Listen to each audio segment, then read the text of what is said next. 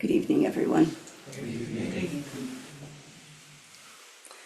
You can turn around if otherwise your neck gets very tired.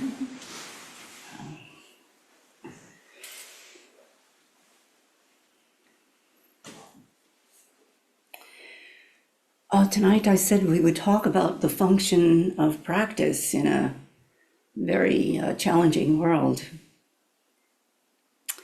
And this world that we are in, or human beings or Homo sapiens, have been around for about 200,000 years.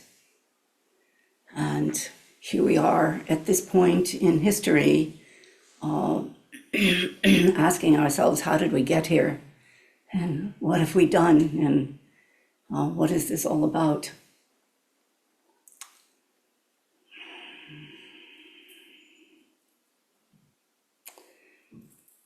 In that time, we have also developed the notion of good and bad. Some of this comes out of the mythology of certain religions in which we were godlike, and then we asked to be like a godlike, and that violated something so that we were thought to be bad, and fell into this very complex situation that we are in. So this good and evil then is still questioned and talked about by theologians. Is humankind basically evil, or is humankind basically good? And depending upon what part of the globe you live, you will get different answers. If you live in an Asian country, the idea is that humans are basically good, and we believe that we will all work together to keep a good society, to keep a harmonious society. So we don't need many laws at all, because we trust that we're all going to get along. Western side, especially in the United States, the Christian belief then came about in the establishment of our laws and is still there, deciding that humans are basically bad, basically evil, and therefore we need laws to deal with humankind. America has something like 30,000 laws. 30,000 laws to keep us from all the horrible possibilities that we can do, all the evil actions, and all our devious ways of getting around something. We have to make a new law every time we figure out a way to get around something. So about 30,000 laws. Other countries in Asia have very few. Maybe their law book is about this. The whole laws are this big, whereas the United States then would have 100 of these, something like that. So it's a very different attitude. And, the idea that we look at ourselves as either good or evil, we might as well say that deer that walked across, we don't ask whether the deer that walked across the front of those windows, is that deer evil or good? Are the birds that sang out there, are they evil or are they good? Well, so we've developed likes and dislikes and the notion of good and bad. And these contribute really to the unrest that we feel all within ourselves, even within our practice. And it's very difficult to get out of them, to get away from that kind of mind that influences us so deeply and creates disharmony within ourselves and in our relationships and so forth. So the true function of practice is to awaken. That's what we do on the cushion. Zazen is the cause and awakening is the result.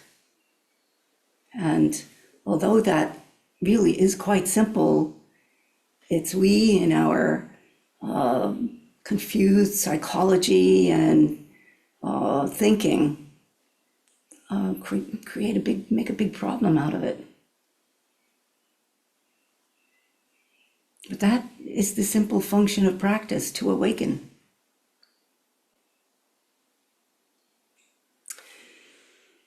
And in our teaching with Dogen Zenji, the practice of Zazen is itself that awakening. It is that function of awakening. It's what we are doing. And that is also very difficult for us to imagine when the mind, we sit down on the cushion and all of a sudden we discover how much we think. When we're going about the day, we don't notice that the mind is just chitter chatter all day long. But as soon as we fall into silence, we are a bit stunned by our own thinking apparatus, by just the churning of emotion and so forth. And our practice is not to stop thinking. Many people think that that's what meditation is to stop thinking. But that's not what we are doing. We are allowing thoughts, but what we are not is grabbing onto them.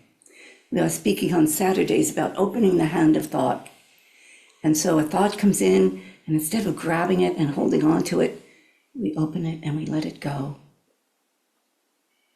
And if you look back on the day, if you just look back on today, you just had all kinds of ideas, all kinds of thoughts that came into your mind, and you didn't grab onto every single one of them. You just sort of let them float away the way the clouds just float in the sky, and they just move along, and they just dissipate, and they just sort of fall into the sky. They disappear into the sky, and beautiful blue sky today, a few clouds. So that is what our practice is, to continually open the hand of thought. And then, of course, we give ourselves other problems around that too. When we discover that we like something or we don't like something, do we move ourselves into neutrality?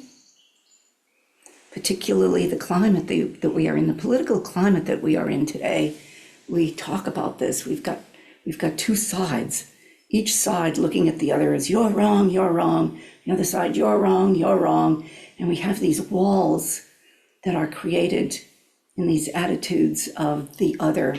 That other person thinks this and that's not good. And we also have many people who are saying, I just can't deal with the news anymore. I'm turning it off. I don't want anything to do with it. Don't talk to me about it. I don't want to know. And that itself, that neutrality is also not a wise way, because we can fall into the mind that just gets frozen in place without the flexibility of mind to continue to look and to see who we are and what we are doing. But in our Zazen, even if we have not awakened, that is to not have an experience of awakening, if we just wonder, what is this all about? And we're still working at this point, we still can practice as Buddha. When we sit Zazen, we are sitting exactly as Buddha. There is no difference. We are sitting exactly as Buddha. And we can trust that the Buddha awakened. And then we can sit completely in the trust of the Buddha's awakening. Just right there with Buddha. Letting the thoughts fall away, opening the hand of thought continually, as thoughts just naturally rise and disappear like clouds. And this is a very beautiful way to practice, trusting in the Buddha's awakening, because that surely will come to us if we can sit clearly in just our short period of Zazen, to sit very clearly with the Buddha.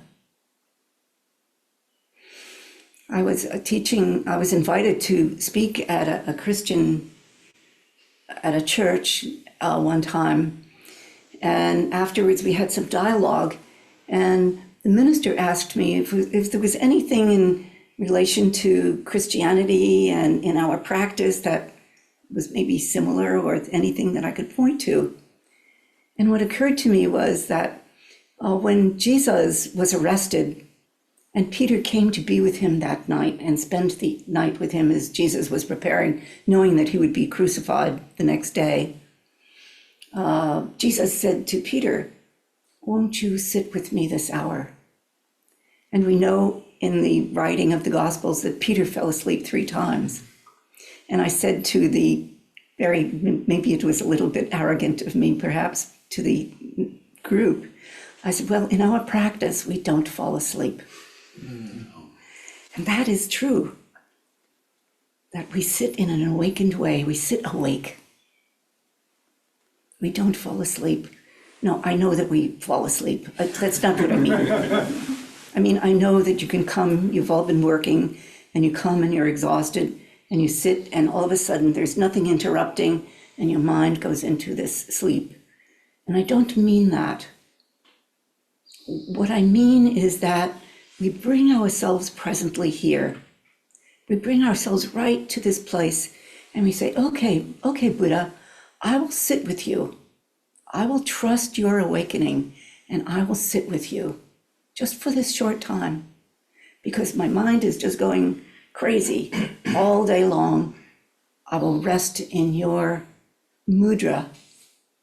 I will completely rest in this mudra. And in that, if we do that, we make an offering to the world. Because our zazen and our practice is not just selfishly for us.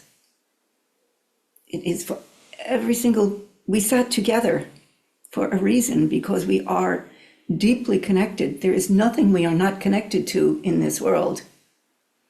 And that is why it is so tough right now, that the chaotic nature of our society, of our governments around the world, are influencing us. And it makes it very, very hard to want to know that we are connected, to be aware of everything. We want to wall ourselves off from so many difficulties. We have so many wars going on. We can't count them all. Not to mention the wars that we have in our own country, warring against one another in very serious ways.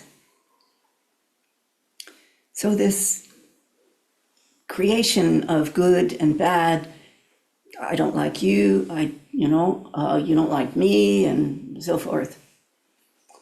It goes on with everything. And that is our practice, to see through that. For instance, my own dislike. So there's a big tree right outside in front of where I live. It's a beautiful Alaskan weeping cedar. And every afternoon the crows would come and they would preen on that tree, and they would be there for long periods because it's a very safe tree. And they always keep a lookout. I love crows. And so I could watch them and totally enjoy their habits and their activity. It was fascinating to me. But this spring, the starlings came, and starlings and crows do not get along, speaking of groups that don't like one another. Starlings, there are more starlings, and they're quite aggressive, and the crows will not fight with them. So the starlings came in, and they, on the deck where I have, right next to where I am, the building goes down a bit, and on the tray, whatever you call it, that holds the water that is supposed to run off, it's kind of broken, so the water doesn't run off. So there's this trough of water that was perfect for the starlings to feed in.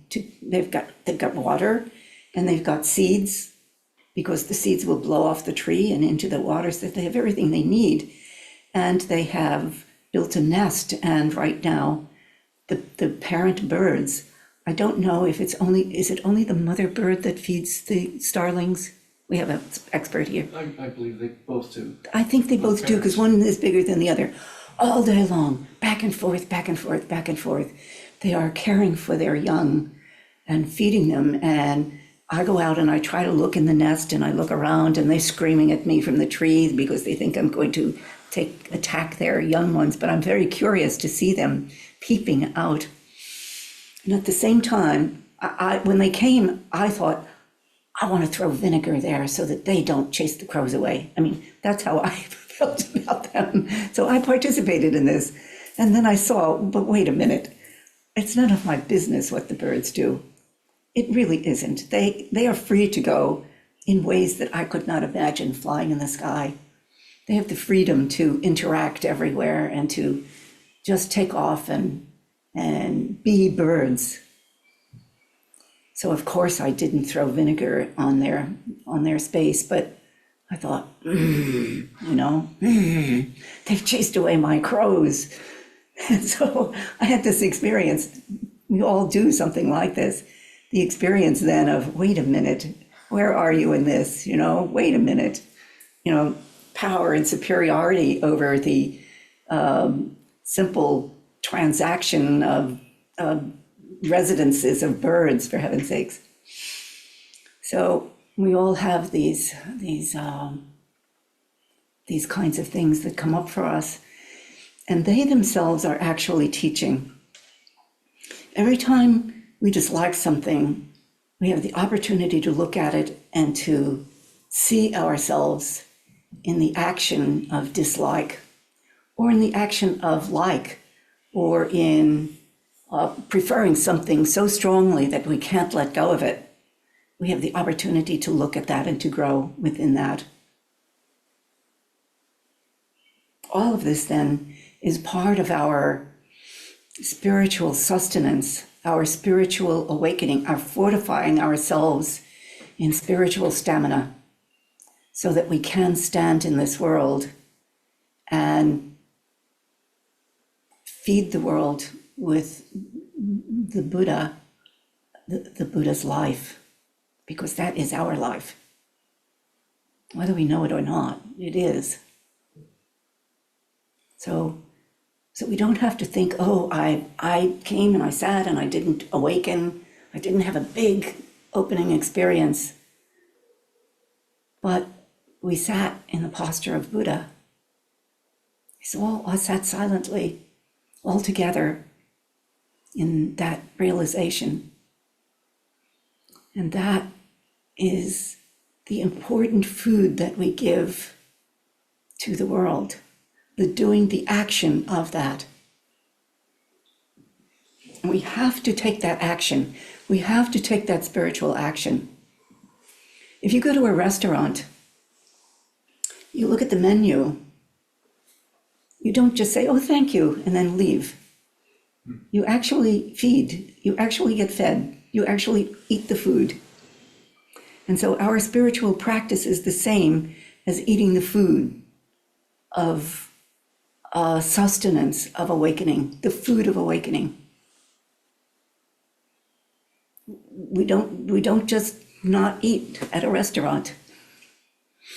And so we could think of the whole world as that bounty giving us life so that we give life to others by the recognition of Buddha life in everything around us.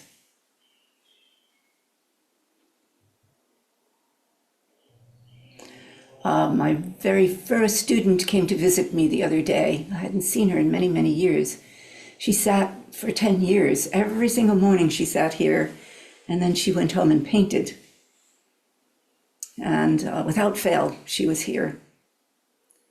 And she, of course, as we talked, we fell into a political discussion. It's hard to not have that happen today with everybody. And so she said that her partner refers to her as a negative optimist, which I thought was quite accurate. As we spoke, I said, yeah, I think I am a negative optimist also, in that we look at the ways in which we ourselves are bringing about a deterioration in nature, in our society, and at the same time, we can only recover. We can only recover and bring about spiritual change. It's the only way. It's the only thing that can happen. The United States has always gone in this way.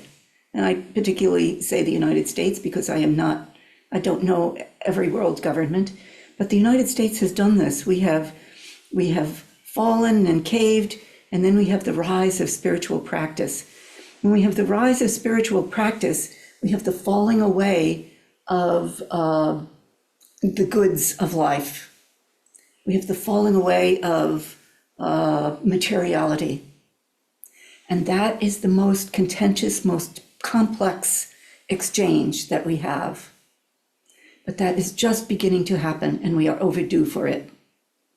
So when we made a grave mistake in the early war in this century, we made the wrong mistake. We entered a war, we created a war in Iraq, which was a grave mistake for our country. We delayed the spiritual rise. And so we are overdue for that. And it is just happening now. It's just beginning. And we're also seeing, the materiality, the hunger and difficulties around the world. But that is happening. And so we are coming into that. And we've always had that. We fell down, we come back, we go down, we come back. It's kind of a natural flow of how things go in society. So that's the negative optimist coming out. Yeah, it's really bad, it's really nasty out there, but wait a minute, we're going to come up. And, Reverend Martin Luther King said that justice always comes. Justice takes a long time, but justice prevails. Justice always prevails. So not so bad to be a negative optimist, as long as we remember, know what we are doing. And that's the part of staying alert and awake to our own apparatus, our own spiritual condition. Being aware of it and open to it and allowing change and to not become icily fixed in some idea. So I think there is just one other thing I could add. I wrote them down because I always forget them, but I think I can remember them. So we can look at our society also in terms of the hindrances. There are 5 big hindrances that delay our own spiritual growth. Greed, anger, doubt, I forget them, distraction, and dullness. So you can remember them, just G-R, greed, G-A, greed, anger, and then it's D-I-D-O-D-U, I-O-U. So it's distraction, doubt, and dullness. So if we look at our society, we can see those hindrances abound. And we can ask, in what way am I contributing through those hindrances to the kind of corruption of society, to the corruption of our nature world? In what way am I greedy and wanting to take from the earth what I say I want? And in what ways does my anger actually kill off nature?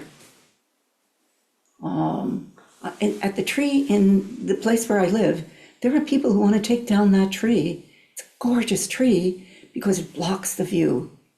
So that's anger and greed, all in one. but we do things like that as human beings. We do that kind of thing. And the ways in which we are now distracted. We're distracted on the street, people walking down the street with their phones. We're distracted as we drive. We're distracted with our thoughts. We're distracted with everything that is on our plates that we have to deal with in life. And doubt. We doubt the capacity of our own selves to be realized. We doubt our ability to harmoniously be in the relationships that we are in. We doubt our own capacities frequently, and it's not true. And then dullness, how we have dulled our own selves with all of the internet and so forth. So if we look at those 5 hindrances within ourselves, we must also look at society and see where that is. And we must not contribute to it any further, as best we can. As best we can. We keep an eye out when we are in the supermarket. We stay alive. We don't run into other people. We stay awake. We stay connected, because that's who we are. We do not do anything alone. Everything that we do with others. And when we practice in this way, the I, the ego I, me, falls away. It falls away in Zazen. If we sit in this way, I will sit with the Buddha. I will sit with you for this short time, aware that we are sitting together. And then we discover that we've got Buddhas on either side of us. Buddha sitting here, Buddha sitting there, Buddha sitting out there, all of us sitting as Buddha. And this practice then comes alive in society because we ourselves carry it forward.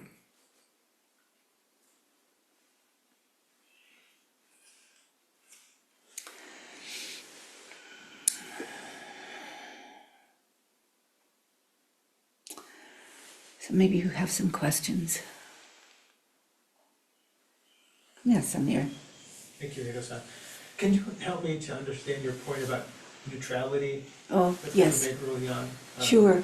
So there's the danger in Zazen, or in our practice, that we will avoid either side of good and evil, which we can't avoid. We're in a relative world, and those are there. And then by adopting a kind of a frozen neutrality, we then avoid anything. And that is not real. That is also a fortification of one's ego. That I'm in this neutral position, and look at me, I don't have to deal with good and evil the way all you people out there are. Right? So it's a danger. We have to know that that we have to be able to respond to anything. And that's all of an avoidance of the capacity to do good in the world by taking a completely neutral position. And it becomes nihilistic. And our practice is not nihilism. It is not that at all. So, you want to say something else about it, or your thought? The reason it Yeah. stood out to me was because I read about that term in a way I hadn't before recently, and it was with respect to the Civil Rights Act from 1964. Sure. That in the wake of that law, that governments at all levels adopted a position of neutrality, meaning that they saw themselves as colorblind and said, we're going to implement laws and policies that are the least racist that we can think of. And what they ended up doing in adopting those neutral positions was ignoring the fact that people were situated differently in society to begin with. Yeah. And so it inadvertently perpetuated all these disparities for decades. Right. Right. So that neutrality creates a blindness. And it's quite dangerous. And I'm not saying that, that we don't necessarily not take sides in certain situations. There are times when we say, okay, I cannot have any influence here. That also happens, but that can't be a frozen ignorance, a place of ignorance. That's all. Yeah, thank you for that. Yeah. Yes. So along with that, would I don't know be a position of neutrality? It certainly could be. I don't know, so therefore I'm going to stand back and not act. Because, I find myself in this climate, in this political climate, where, I'm listening to people and, well, one, it's like, it makes no sense, there's no point in engaging because it would just not end well. And I wonder, okay, so I make that sacrifice to keep the harmony. Yes. Is that worthwhile? Is that something? That's a moment by moment call, is it not? Mm-hmm. You don't know whether there's an opportunity to dialogue together. There might be, but if you see that you're just going to get into a fight and an argument, that's not appropriate either. Mm-hmm. So we act with wisdom moment by moment, and we don't know what those actions are going to be. So could be not. Maybe not. Yeah. And, as we go along in this year, as the politics heat up, because we are a 501c3, we are a nonprofit corporation, I may never speak about any candidate in any way, pro or con in any way. And so we may not do that, suggest. I think maybe you can together, but I may not, as the spiritual leader, say anything that would advocate for one candidate or another. Otherwise, we lose our nonprofit corporation status. So you will not hear me do that, although I can look at society, I can look at programs, and I can look at policy and speak about policy. I can't speak about a particular person, which is really good that we, the other thing is that when we watch the news, I do watch the news. I was a World War II baby and came out of an awareness of the Holocaust, and therefore I feel I need to know what's going on, because sometimes I feel at my own kitchen table that I'm sitting at the table like the German people were, saying, oh, this is so terrible and we can't do anything about it. What are we going to do? And sometimes I feel that way. And so when I watch the news, the spiritual work is to see the candidates, to see the spiritual aspect of the candidates, however difficult that may be sometimes, but to see that, because in seeing that, that is what we also send into the world, because everybody has the capacity to awaken. No matter how bad, everyone has the capacity to awaken. So to see that candidate or those candidates in that way is our practice, so that we do not ourselves become contaminated by wrong thought. So I don't know, And in the plenty of times I look at the news and I think, what? Right. Yeah, so you just live. Mm-hmm. That's the other side, people just live. We just live. Yeah. Yes, Dennis. You were saying, you were asked what the common ground between Buddhism and Christianity is. I think you just said it. Love your neighbor. Yeah. Love your enemy. Yes. Love your enemy. Yes. Yeah. It's very hard to do. Yeah, the methods for achieving that are different. It's just as difficult in Christianity as difficult in any religion, to love your neighbor as yourself. Mm-hmm. But especially love your enemy. Yes, love your enemy, yes. For all the divisions. Yes. This is a bodhisattva. Yeah, very difficult, very difficult. Anything else? Okay.